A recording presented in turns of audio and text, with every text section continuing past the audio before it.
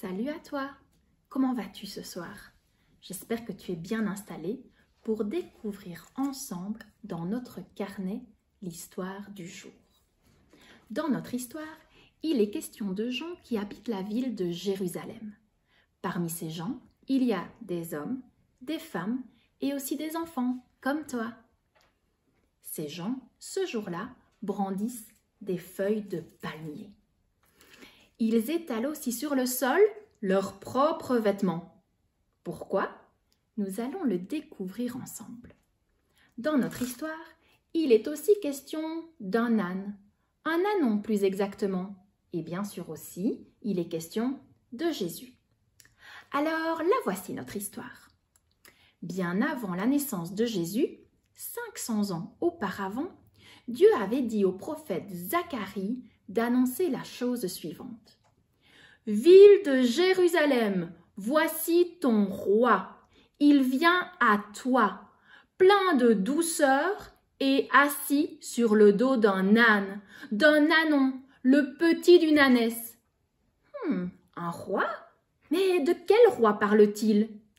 Eh bien, le roi dont Zacharie nous parle est Jésus pardi.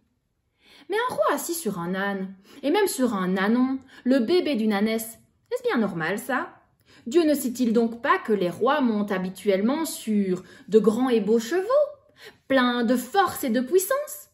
Pas sur des ânes, et encore moins sur des bébés d'ânes.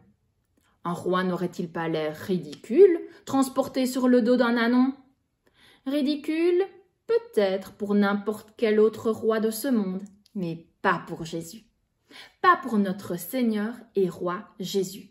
Vous allez voir. Jésus est fort, il est plus fort, il est le plus fort, mais il est aussi doux et humble de cœur.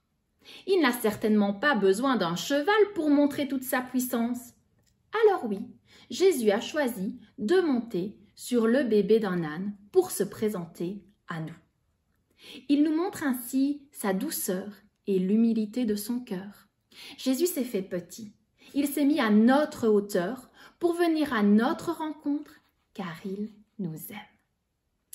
Nous étions environ une semaine avant la fête juive de la Pâque et Jésus était à Jérusalem avec ses disciples. Jésus leur avait dit « Les amis, allez au village qui est devant vous. Là, vous trouverez un ânon. Détachez-le et amenez-le-moi. Si quelqu'un vous demande quelque chose, vous direz simplement « Le Seigneur en a besoin et on vous laissera aller. » Et voici les disciples qui firent exactement ce que Jésus leur avait dit. Ils amenèrent l'ânon et Jésus se mit dessus. Ils mirent leurs vêtements sur l'âne et Jésus s'assit sur l'ânon. Et c'est ainsi que Jésus fit son entrée dans Jérusalem.